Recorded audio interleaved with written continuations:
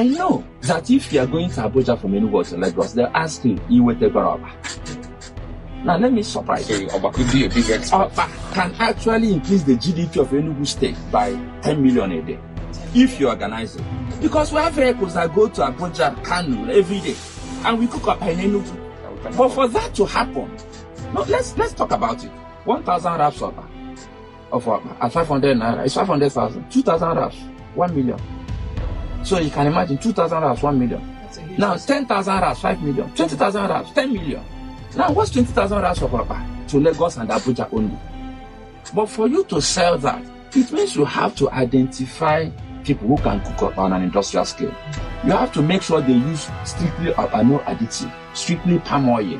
See, so you teach them. You don't say Enugu State is selling Okpa. No.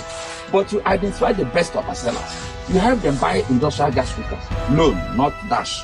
If they do well, you can give them a grant. And then you help the logistics part. So how do we ship Okpa? Early momo, the vehicle left by 12 noon by Abuja. These are things that government can do. And you increase the GDP by 10 million a day. And that is 300 million a month. It becomes a competitive business. Yes. And before you know what is happening, you find other value chains that we are abandoning. Yeah, we need proper branding because Okpa Enugu is already a brand. It's already a brand.